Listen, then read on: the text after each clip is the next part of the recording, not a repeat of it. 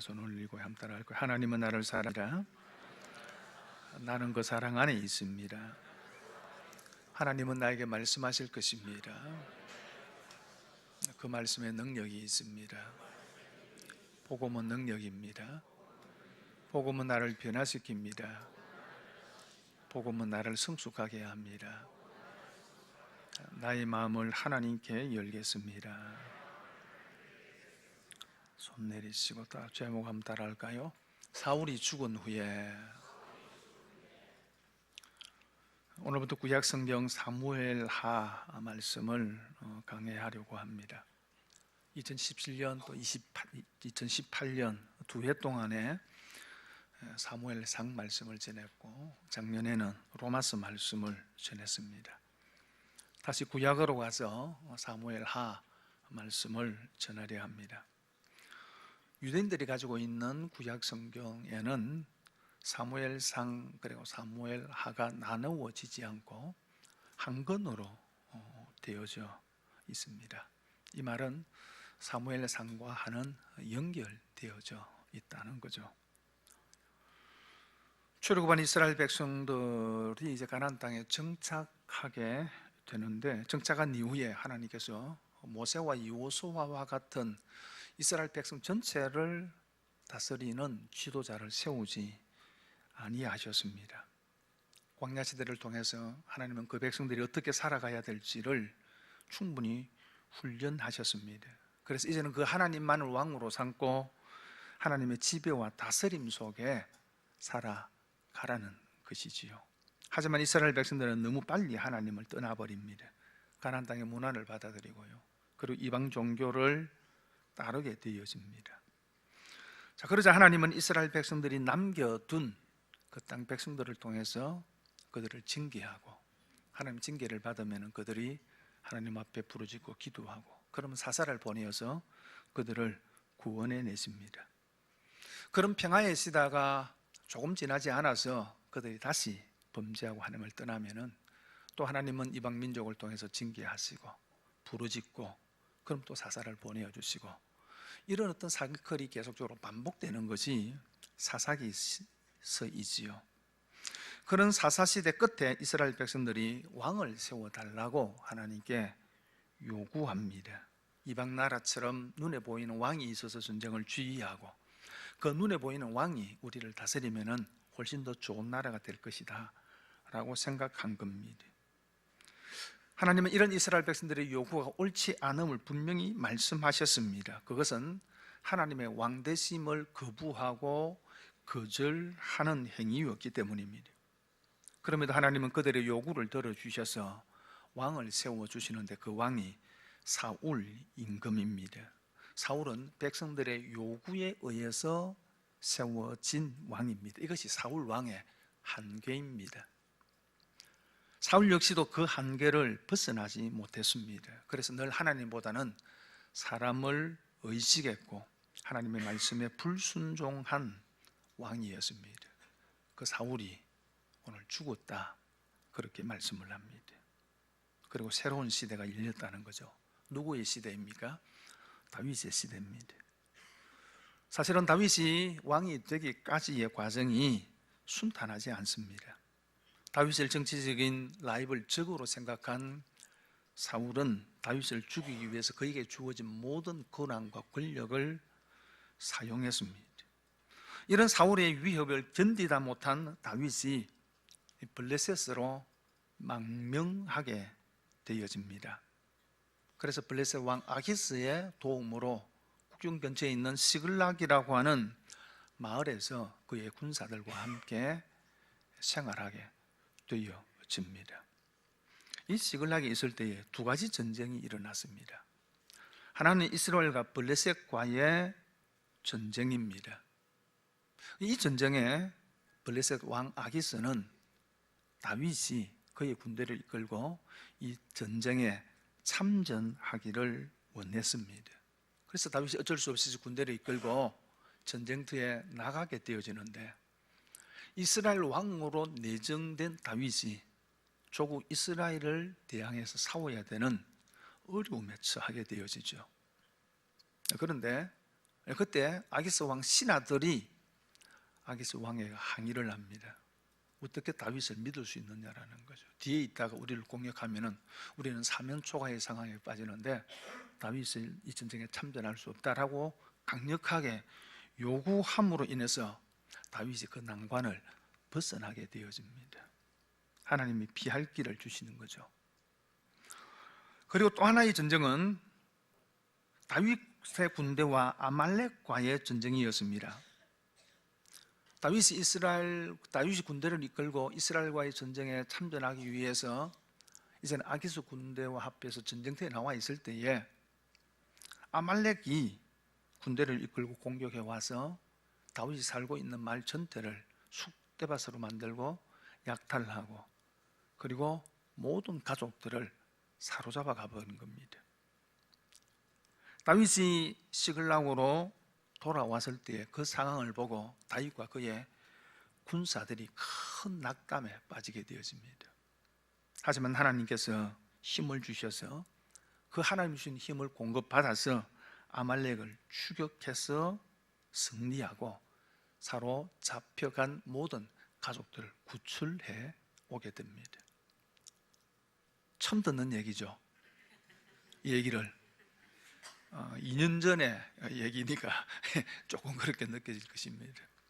자, 그런데 오늘 1절에 보면은 이렇게 말씀을 합니다. 같이 읽겠습니다. 시작. 사울이 죽은 후에 다윗이 아말렉 사람을 쳐 죽이고 돌아와 다윗이 시글락에서 이틀을 머물더니, 이 사사기상 마지막 부분 두 전쟁에 관해서 오늘 사무엘하 1장 1절은 간략하게 이렇게 말씀을 하고 있습니다. 사울이 죽은 후에 이스라엘과 아말렉과의 전쟁에서 사울이 죽었다는 거죠.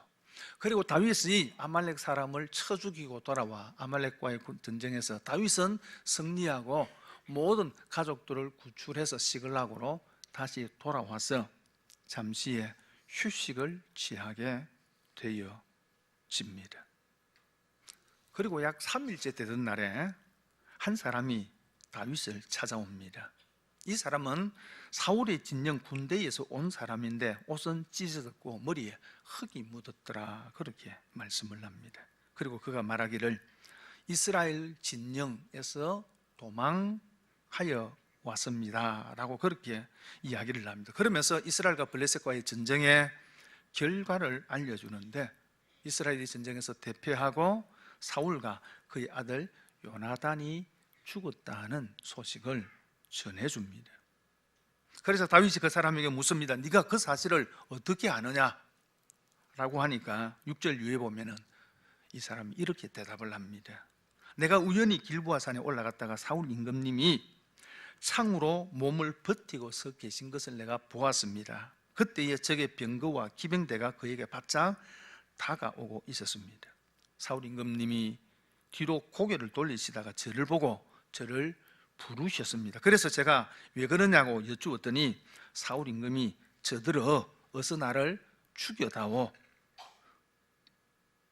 아직 목숨이 붙어 있기는 하지만 괴로워서 견딜 수가 없다, 그렇게 내게 말씀하셨습니다. 제가 보기에도 일어나서 더 사실 것 같지 않아서 다가가서 명령한 대로 사울을 죽였습니다. 이렇게 이야기합니다. 그리고 내가 그 증거로 사울의 왕관과 사울이 차고 있는 팔찌를 가져왔습니다 라고 이렇게 이야기를 합니다. 다시 말하면 자신이 사울을 죽였고 그 증거를 가져왔다는 거죠. 그러니 자신의 공로를 인정해주고 상을 달라는 것이었습니다.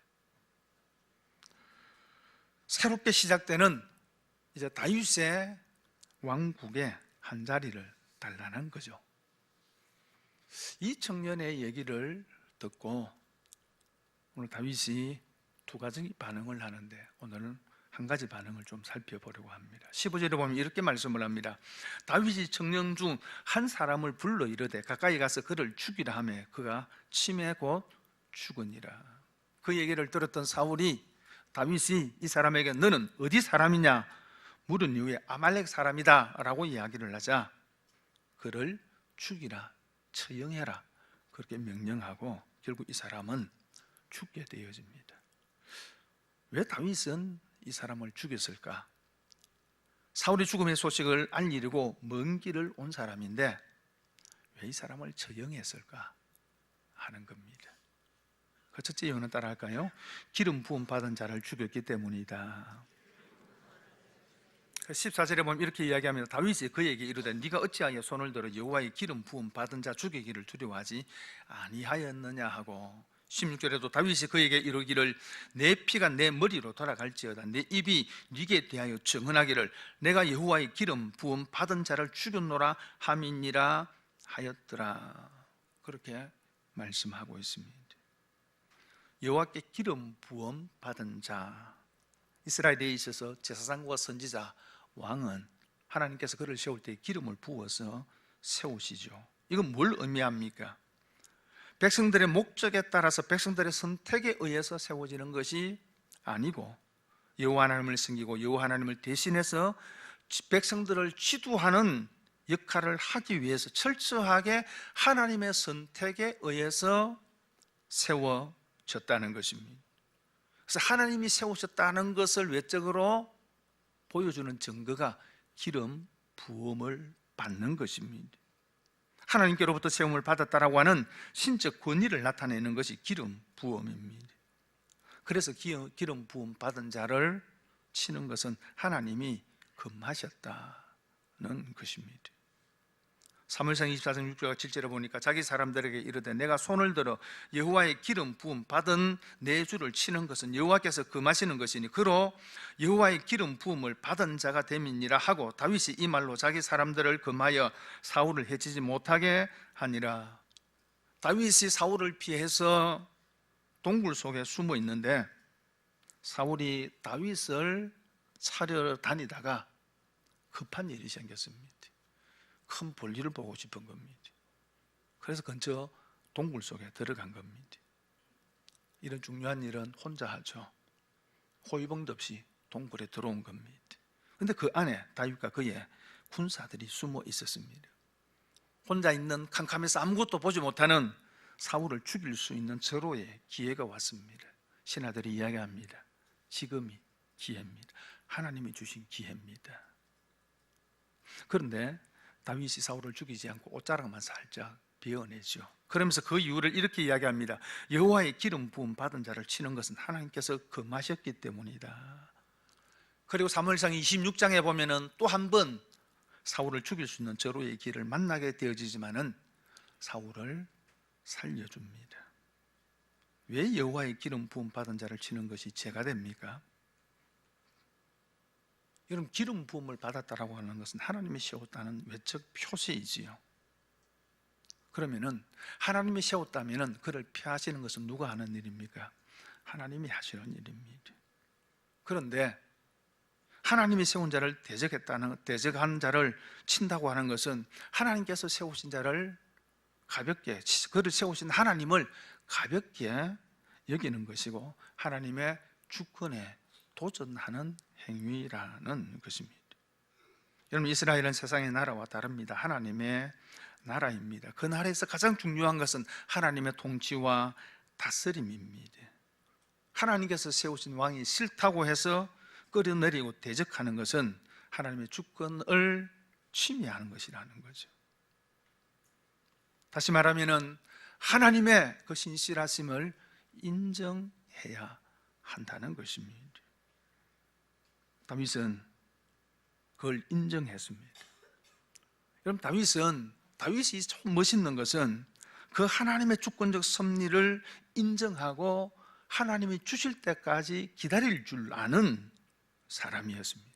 자신이 쟁취해서 얻는 것이 아니라 하나님이 세우시는 왕이 되려 한 것입니다.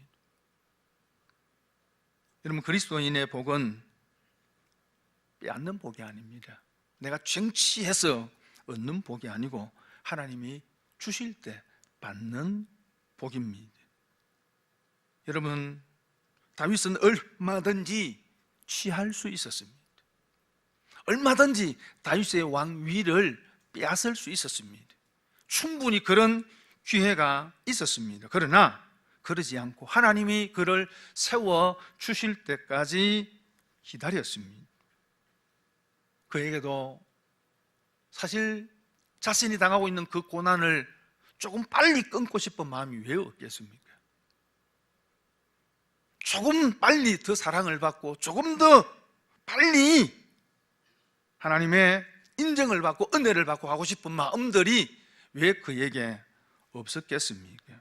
하지만 기다립니다.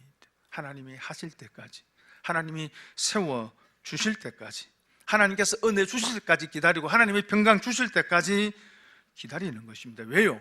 하나님이 주실 때에 그것이 가장 좋은 것이고요, 하나님이 주시는 때가 가장 좋은 때이기 때문입니다. 사울의 죽음을 알린 이 청년은 아말렉 사람입니다. 그럼에도 불구하고 이스라엘 안에 들어와서 이스라엘 군대에 있었던 사람이죠. 그러기에 그가 하나님의 기름 부음 받은 자와 관련된 사항을 몰랐을 리는 없었습니다. 알았습니다. 그럼에도 불구하고 왕을 죽였다는 거죠. 이것은 사울을 왕으로 세운 하나님을 경히 여기고 그 주권에 도전한 왕이라는 것입니다. 그리고 다윗이 어떤 영성을 가지고 있는지를 잘 몰랐습니다. 다윗은 철저하게 하나님만을 신뢰하고 그 하나님의 주권적 섭리를 인정하고 그 때를 기다리는 사람이었습니다. 여러분, 우리는 다 알 수 없고 다 이해할 수 없습니다. 그러나 우리가 한 가지 인정해야 되는 것은 이 하나님의 주권적 섭리입니다. 하나님께서 하나님의 뜻을 가지시고 우리의 인생을 인도해 가신다는 것입니다. 빼앗는다고 해서 빼앗을 수 있는 것이 아니고 쟁취한다고 해서 얻을 수 있는 것이 아닙니다. 하나님의 때를 기다릴 줄 알아야 합니다. 하나님이 주실 때 받는 것이 가장 좋은 것입니다. 또 하나는 왜 이 청년, 이 사람을 죽였는가라는 거죠. 그거는 거짓 보고였기 때문입니다. 아말렉 청년은 자신이 사울을 죽였다고 했습니다. 이것은 거짓말입니다. 사무엘상 32장 3절에 보면 이렇게 말씀을 합니다. 사울이 패선하며 활 쏘는 자가 따라잡으니 사울이 그 활 쏘는 자에게 중상을 입은지라, 그렇게 말씀을 합니다. 블레셋과의 전쟁 가운데서 사울이 활을 맞았습니다. 그리고 중상을 입었습니다. 32장 4절에 이렇게 이야기합니다. 그가 무기던 자에게 이르되 네 칼을 빼어 그것으로 나를 찌르라. 할례 받지 않은 자들이 와서 나를 찌르고 모욕할까 두려워하노라 하나 무기를 던 자가 심히 두려워하여 감히 행하지 아니하는지라. 이에 사울이 자기의 칼을 뽑아서 그 위에 엎드러지며 그렇게 말씀을 합니다. 그렇게 중상을 당한 사울이 블레셋 군인에 의해서 죽임을 당하는 그런 치욕스러운 죽음을 당하기보다는 네가 날 죽여라, 무기던 자에게 이야기했지만은 무기던 자가 두려워해서 그렇게 하지 못했습니다. 그러자 그 칼 위에 자기 스스로 엎드려서 스스로 자신의 생명을 끊게 되어집니다.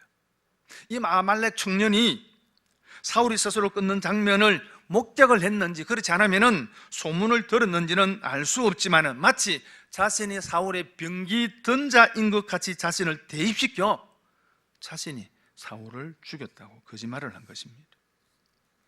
왜 이랬을까요? 그는 사울과 다윗의 관계를 잘 알고 있었습니다. 평생 사울이 다윗을 죽이려 했다는 거죠. 그 다윗에게 사울은 원수라는 거죠. 그러니 다윗에게 자신이 사울을 죽였다고 하면 그 공을 인정해서 큰 상을 내릴 것으로 생각한 겁니다. 여러분, 큰 전쟁이 있었습니다.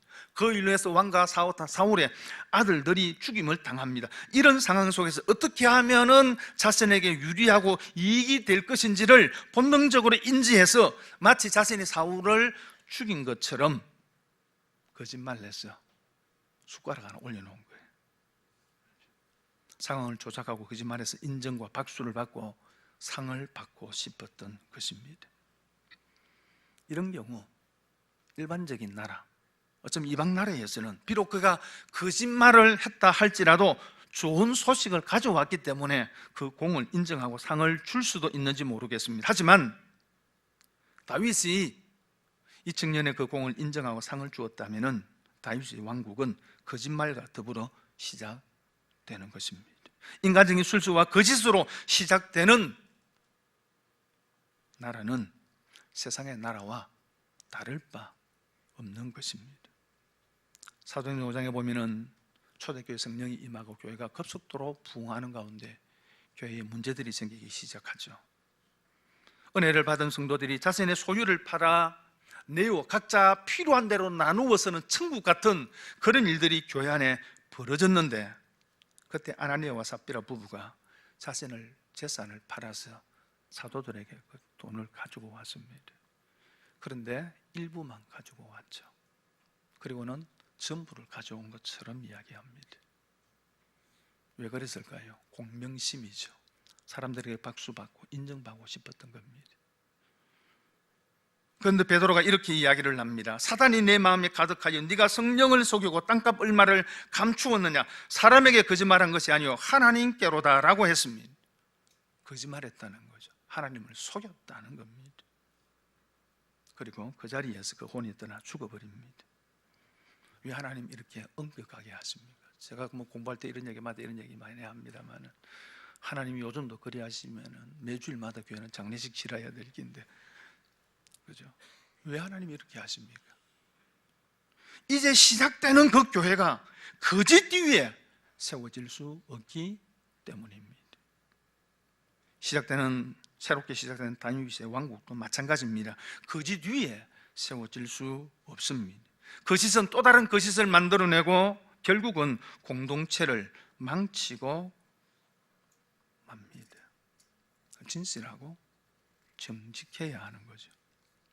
그런데 이 청년이 죽은 것은 단지 그 거짓말 때문만은 아닙니다. 청년은 어느 민족 사람입니까? 아말렉 사람이죠. 아말렉이 어떤 사람들입니까? 하나님께서 사울 임금에게 사무엘을 통해서 이런 명령을 주신 적이 있습니다. 사무엘상 15장 2절과 3절에 아말렉이 이스라엘에 행한 일 곧 애굽에서 나올 때에 길에서 대적한 일로 내가 그들을 벌하노니 지금 가서 아말렉을 쳐서 그들의 모든 소유를 남기지 말고 진멸하되 남녀와 소아와 젖 먹는 아이와 우양과 낙타와 나귀를 죽이라 하셨나이다 하니, 아말렉을 진멸하라라고 사울에게 명령을 내립니다. 진멸이라고 하는 것은 성은 무너뜨리고 물건은 불태우고 사람은 다 죽이라는 겁니다. 사실은 끔찍한 명령이죠. 그런데 사울이 불순종합니다. 양과 소의 가장 좋은 것과 기름진 것과 어린 양의 모든 좋은 것을 남겼습니다. 진멸하기를 절기하지 아니했습니다. 그런 사울을 사무엘이 책망하죠.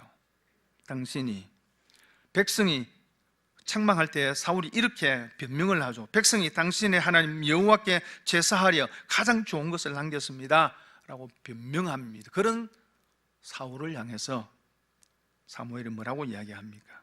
하나님께서 말씀을 이렇게 전합니다. 내가 사울을 왕으로 세운 것을 후회하오니. 하나님이 사울 왕을 세운 것을 후회한다, 그렇게 말씀합니다. 내가 판단 미스했다, 그 얘기가 아닙니다. 그만큼 하나님이 마음이 아프셨다는 것입니다. 그리고 사울을 버리기로 작정하죠. 사울이 하나님께로부터 버림받게 되는 결정적 계기가 아말렉과의 전쟁 때문입니다. 아말렉과의 관계에서 온전히 사울은 순종하지 못함으로 버림을 받게 되어지죠. 왜 하나님은 사울에게 아말렉을 진멸하라고 하셨는가 라는 것입니다. 여러분, 출애굽한 이스라엘 백성들이 제일 먼저 최초로 만났던 이방 민족이 아말렉입니다. 신명기 25장 10절과 18절에 보면 너희는 애굽에서 나오는 길에 아말렉이 네게 행한 일을 기억하라. 곧 그들이 너를 길에서 만나 네가 피곤할 때에 내 뒤에서 떨어진 약한 자들을 쳤고 하나님을 두려워하지 아니하였느니라. 하나님 이 행위를 너희는 잊지 말아라고 이스라엘 백성들에게 말씀하셨습니다. 그들이 행한 일이 무슨 일입니까? 여러분, 이스라엘 백성들이 출애굽을 했을 때에 남녀 유아 모두를 포함하면 200만 가까이 될 것으로 그렇게 추측을 합니다. 여러분, 그들 가운데 약한 자가 있습니다. 병정자도 있고 노약자도 있습니다. 아픈 사람도 있고요. 자연히 광야길을 가다 보면은 약한 사람이 뒤에 처지게 되어지지요. 그런데 아말렉 사람들이 이 약한 자들을 공격한 겁니다. 아주 사탄적인 거죠. 그래서 시내산에 이르기 전에 르미딤에서 아말렉과 전쟁이 일어납니다. 그런데 이상한 전쟁이었습니다. 모세는 나이가 많아서 전쟁에 출전하지 못하고 여호수아가 전쟁터나 전쟁을 지휘하는데, 모세가 산에서 기도하는 손을 올릴 때에는 이스라엘이 이기고 그 기도의 손이 내려오니까 이스라엘 백성들이 전쟁에 지는 겁니다. 그러자 아론과 훌이 모세를 자리에 앉히고 옆에 서서 손을 받쳐서 기도의 손이 내려오지 않게 합니다. 그래서 결국은 아말렉과의 전쟁에서 승리하게 되어집니다. 그런데 출애굽기 17장 16절에는 이렇게 말씀을 합니다. 함께 읽겠습니다. 시작. 이르되 여호와께서 맹세하시기를 여호와가 아말렉과 더불어 대대로 싸우리라 하셨다 하였더라. 분명히 전쟁은 이스라엘의 승리로 끝났습니다. 그런데 끝난 싸움이 아니라는 것입니다. 여호와가 아말렉과 더불어 대대로 싸우리라. 아말렉과의 전쟁은 계속된다는 것입니다. 여러분, 그 아말렉 사람이 사울이 죽은 후에 이제 다윗으로부터 시작되는 새로운 하나님의 나라가 시작될 즈음 다시 등장합니다. 사무엘상 30장에는 사무엘 아말렉이 큰 군대를 이끌고 시글락을 공격해서 사울을 공격해 왔습니다. 하지만 사무엘 날을 들었으면서 등장한 아말렉은 찢은 옷을 입고 머리에 흙이 묻은 초라한 한 사람의 모습으로 등장합니다. 철저하게 거짓으로 꾸미고 다윗을 속이려는 그럴듯한 거짓말을 가지고 등장합니다. 다윗이 가장 좋아할 만한 소식을 가지고 그 소식을 자신에게 가장 유리한 것으로 꾸며서 등장합니다. 이 아말렉을 용납한다면 다윗의 왕국은 온전히 세워질 수 없는 것입니다. 자신에게 유리한 소식을 가져왔기 때문에, 자신의 어떤 정치적인 이해를 따라서 유리하기 때문에 이 아말렉을 용납한다면 다윗을 통해서 세우실 하나님의 나라는 참된 하나님의 나라가 될 수 없는 것입니다. 여러분, 아말렉은 홍해를 건너 가나안 땅을 향해 가는 이스라엘 백성들이 처음 만난 대적이었습니다. 애굽에서 노예 생활을 하고 만족하며 살고 있었으면 만나지 않아도 될 민족이었습니다. 여러분, 홍해를 건넜다는 것은 어떤 의미가 있습니까? 고린도 10장에 보면 세례받은 것으로 설명하고 있습니다. 세례는 구원받은 증거이지요, 구원받은 자의 삶에 처음 만나는 대적이 아말렉이라는 겁니다. 그리고 이 아말렉은 에돔의 후손입니다. 에돔은 야곱의 형 에서이지요. 올라가면은 같은 아버지입니다. 형제 민족이죠. 그 에서의 후손이 아말렉인데, 이 아말렉이 이스라엘을 가장 괴롭히는 민족이었습니다. 어쩌면 아말렉은 예수를 믿고 사는 우리 안에 있는 것입니다. 아말렉이 우리를 미혹하고 대적합니다. 때로는 거짓으로 미혹하고요, 우리에게 유리한 어떤 조건을 조모하게 꾸며서 우리를 유혹합니다. 예수님을 시험한 사탄처럼 때로는 종교적 명예를 가지고 우리를 유혹합니다. 또 다른 세상에 가장 좋고 아름다운 것을 보여주면서 우리를 유혹하고 미혹하는 것입니다.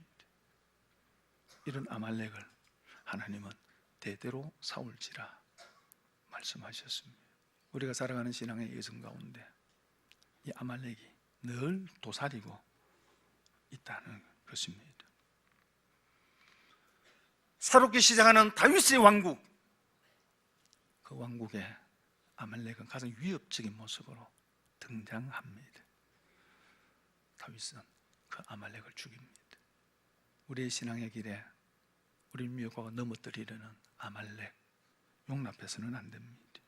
남겨두면 올무가 되고 누룩같이 번져서 우리의 영을 삼킬 것입니다. 이 아말렉을 해결하셔야 됩니다. 어떻게? 오직 하나님만을 신뢰함으로, 하나님의 주권적 섭리를 믿고 하나님께서 내 인생을 인도하고 계시다고 하는 사실을 온전히 신뢰함으로 이 아말렉을 두려워하지 않아야 합니다. 아말렉을 이기고 온전히 하나님만을 신뢰하는 믿음으로 이 믿음의 길을 굳건하게 잘 걸어가는 저와 여러분 되기를 바랍니다.